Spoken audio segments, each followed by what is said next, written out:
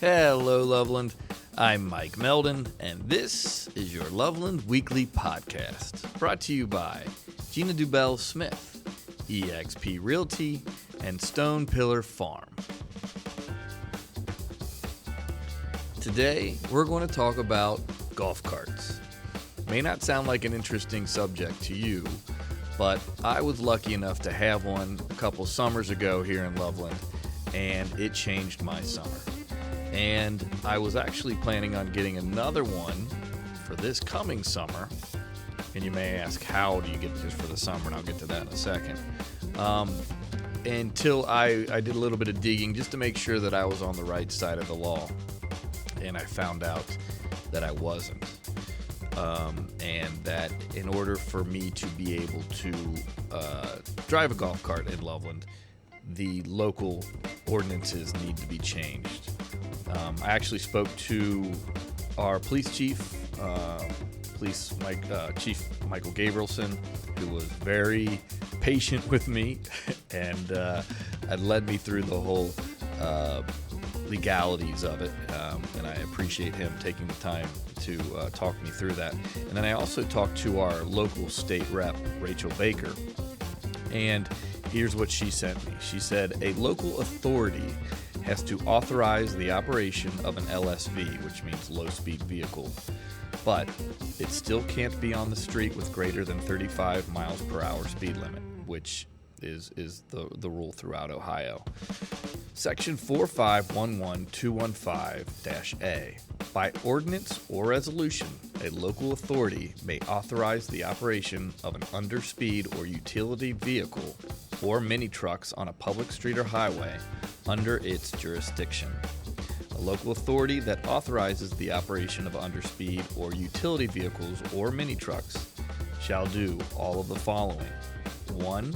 Limit operation to those vehicles to streets and highways having established speed limit not greater than 35 miles per hour. So what does that tell me? It says that we do have the opportunity here in Loveland, and I'm just putting it out there to see if this is something that we want. I know I've talked to people, and many people were excited about maybe bringing golf carts to Loveland, and I've talked to some people that weren't so into it. So I thought, let's bring it out. Let's talk about these today. And going back to how I got it for the summer, and I didn't have to purchase one, is because my brother owns a company in Columbus, who you're going to hear my conversation with in a second. His name's Patrick Meldon. He started a golf cart company after COVID in 2020. He's going to tell you that story. But he would allow me to use the golf carts for the summer. I have a one-car garage, so I can't have one full-time right now where I live. Eventually, hopefully, the law changes and I can buy one. But it's an interesting conversation. You're going to learn a little bit about golf carts and the joy they can bring and the fun they can bring to a community.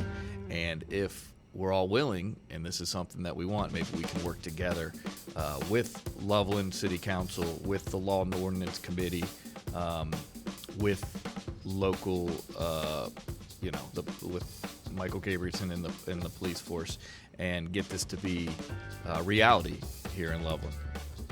Today is May 8th, 2024.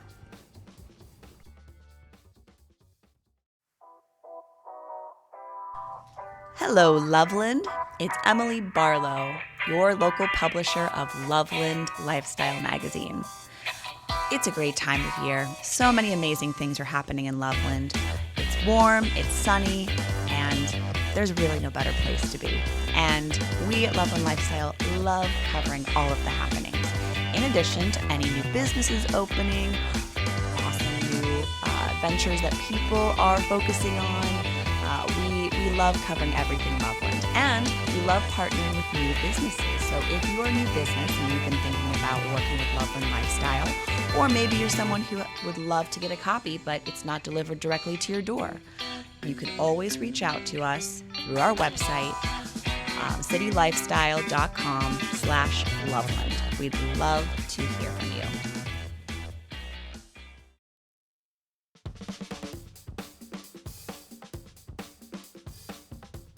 I started a company, Columbus Power Sports, back in 2009, and we went through several transitional periods on what we were selling. We first started off with ATVs, motorcycles, power sport equipment, obviously, jet skis, side by sides, that type of stuff.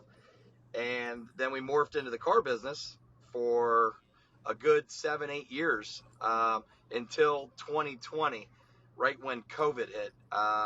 And once COVID hit, we learned that all the inventory that we were sourcing, which was the off-lease vehicles, from Honda, Toyota, Nissan, all the major brands, all that off-lease inventory was no longer going to be available to us. So we had to sort of scramble and pivot and figure out what we could sell at our dealership, that we could obtain and get our hands on. And so the golf cart industry was not really big in 2020 pre-COVID. It really wasn't.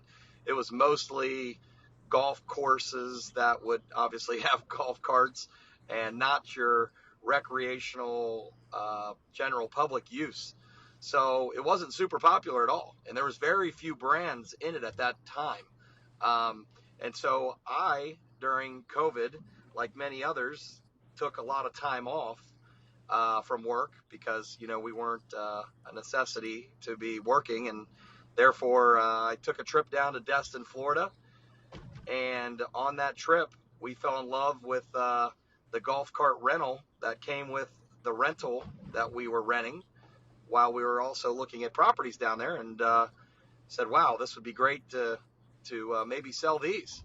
And so I bought a rental house down in Florida, bought a house that we decided to rent out. And of course, we needed to buy a golf cart for that place, and stumbled upon a manufacturer in the process through a referral from my realtor. And that manufacturer was Atric, AETRIC, Atric golf carts.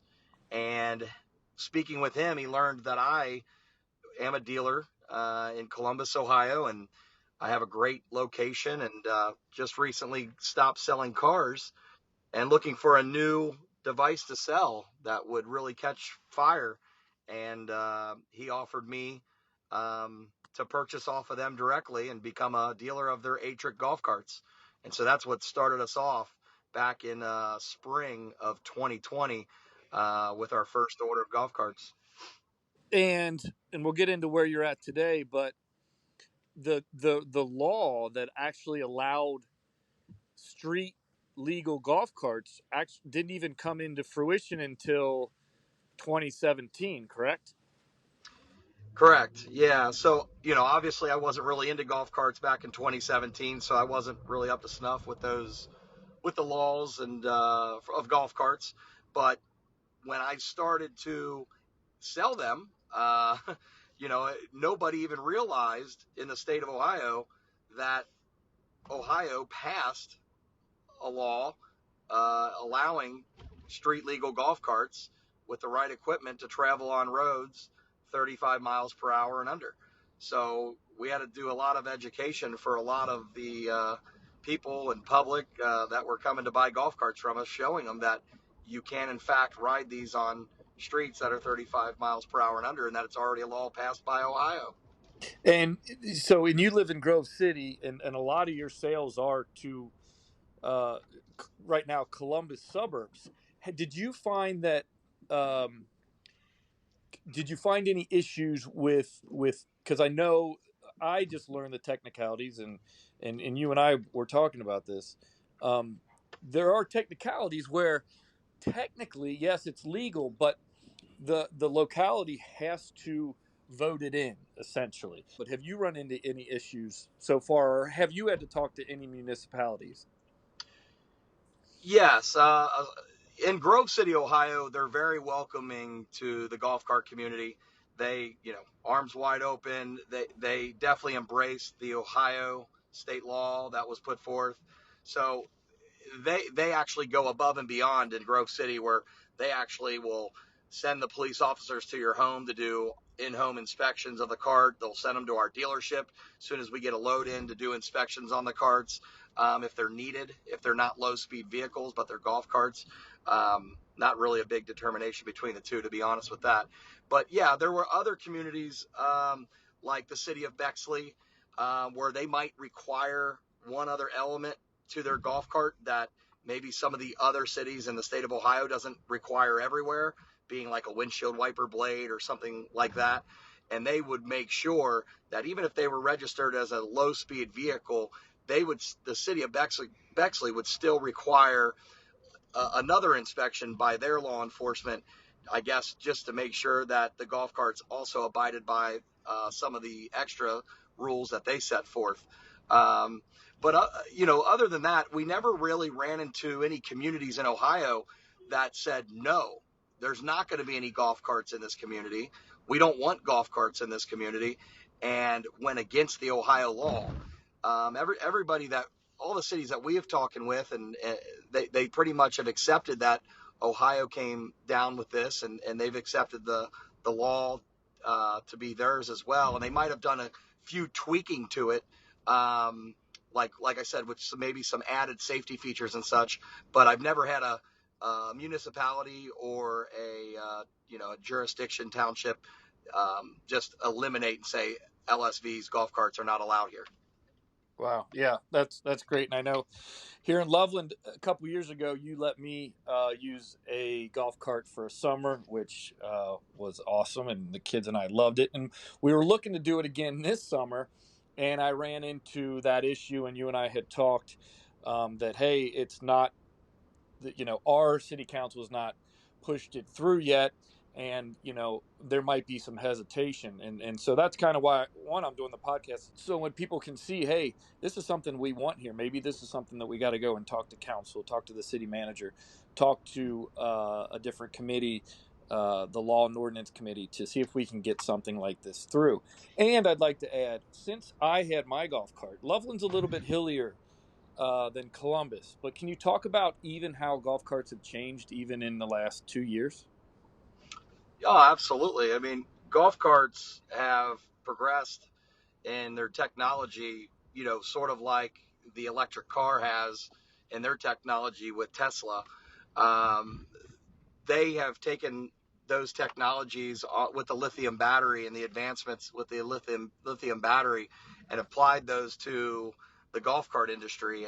And so every day, the power of the golf cart and the range of the golf cart is getting more and more. Now, obviously they want to limit the power of those golf carts because they're not as safe as an automobile. You're not, you don't have the four doors and the roll bar. You don't have airbags and such. So they don't want the golf carts to go really faster than 25 miles per hour. So as far as and then note that too, for people listening, these low speed vehicles, the Ohio State they're only allowed on streets 35 miles per hour and less. So that's a note just to add.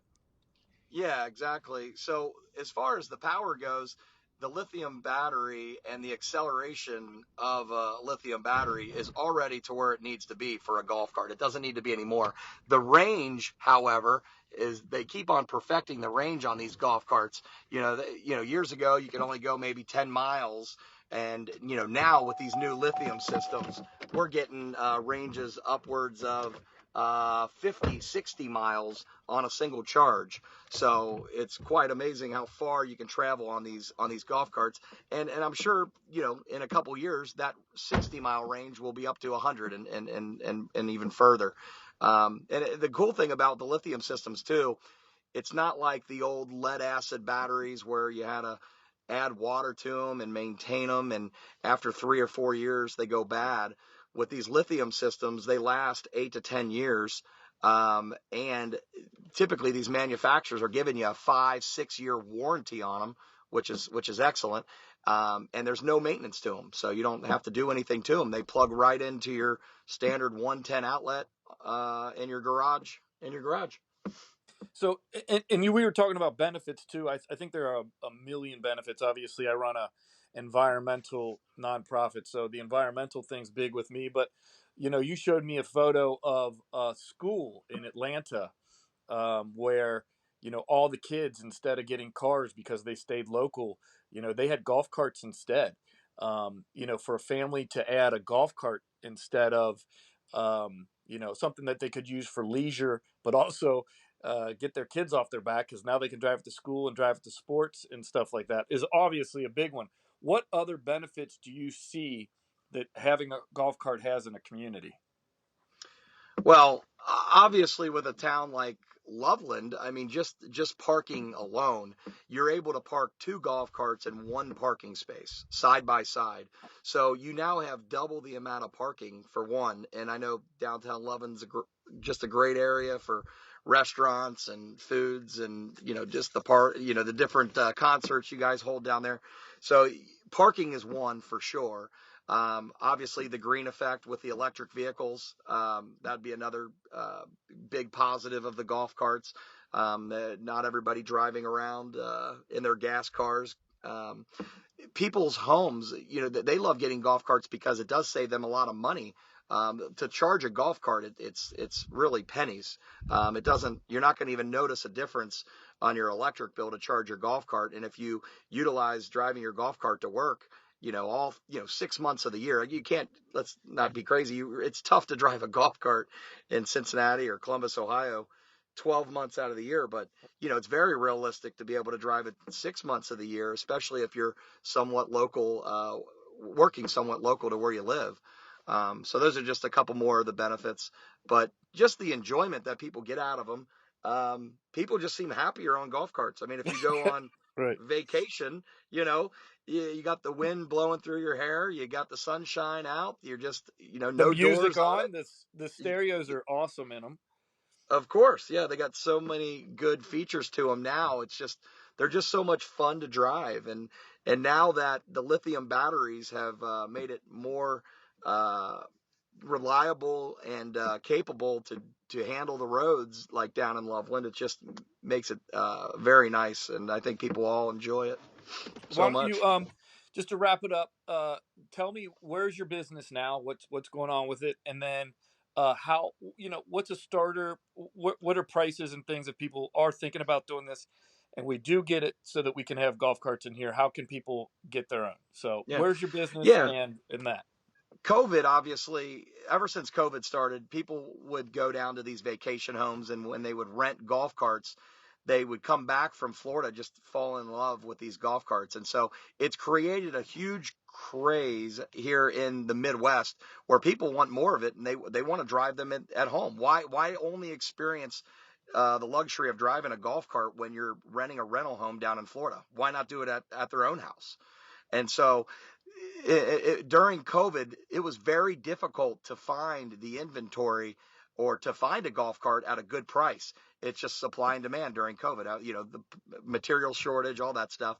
But now, over the last year, and actually really over the last 3 months, the prices of golf carts have really decreased because of just so many other manufacturers getting into this industry.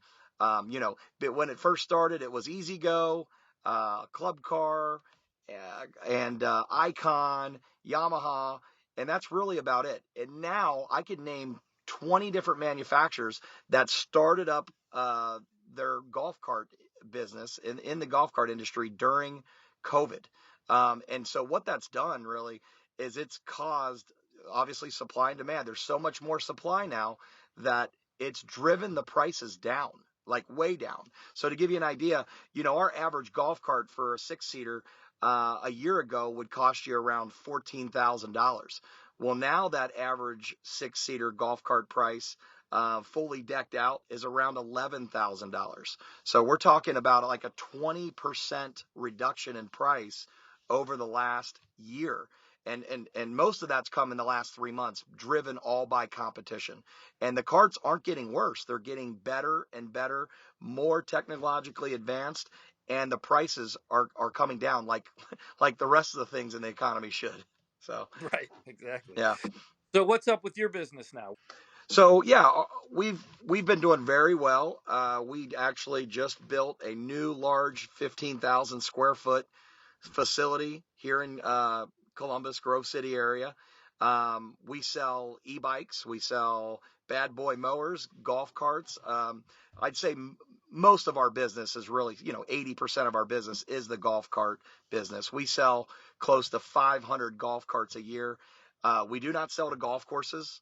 So all of those golf carts that we sell are all for recreational use for individuals living in communities that just love driving them around their neighborhood, taking them up to the corner pub for some dinner or what have you. But yeah, we have created this company here in Columbus all based around golf carts and just having a lot of fun in them. So we're excited for the future. So it seems like it's far away. Grove City, we're down in Loveland. But if somebody wanted to purchase a golf cart from you, it's not like they got to figure out how to get it down here in Loveland. What do they do? Oh, not at all. So we deliver golf carts all over the country. We deliver them to Naples, Florida. We've delivered them to Minnesota. We've even delivered a golf cart to Oregon. So we ship them all over the country. Obviously, Loveland, Ohio, it would be delivered by one of our own employees at Columbus Power Sports and Carts. You guys are only an hour and 15 minutes away from our business here in Grove City, Ohio. So you would just contact me or one of our sales guys at Columbus Power Sports and Carts. You can call 614-735-7300. We will get you set up. You don't even have to come up here and test drive the carts. We can do the deal over the phone. And once we come to your door, we can finish up the paperwork at your door and deliver it right to you.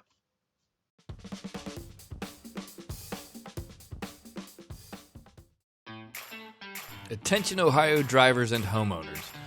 Are you experiencing historic insurance premium hikes? Don't fret. Contact Mike at the CIC Agency for personalized assistance. With competitive rates, comprehensive options, and superior service, CIC Agency has got you covered. Reach out to Mike at 513-684-7900 or email Mike at cincys.com. That's Mike at cincyins.com for the best insurance solutions in Cincinnati and beyond. Navigate these changes together with CIC Agency. Looking ahead in Loveland, celebrate the grand opening of the bridge at the O'Banion Creek Bridge ribbon cutting ceremony. The Little Miami Scenic Trail has been reopened in the northbound direction from historic downtown Loveland. To celebrate, the public is invited to attend a ribbon cutting ceremony at the bridge on Wednesday, May 22nd at 11:30 a.m. Since October 2023, the trail was closed in the northbound direction to replace the O'Banion Creek pedestrian bridge, located just past Nisbet Park. The Ohio Department of Natural Resources completed the bridge replacement May 2nd and reopened the trail to the public. It's open now for you to go see and enjoy, but check out the ribbon cutting ceremony, May 22nd at 11:30 a.m. If you have any events that you would like me to mention or show ideas for the podcast, please reach out at mmeldon1@yahoo.com. We have something truly special here in Loveland. Thank you for listening. Have a great week. With the support of On Brand Studios, this episode was recorded and produced and engineered by myself, Mike Meldon. And please note that the opinions expressed in the podcast do not necessarily represent the views of our sponsors or organization.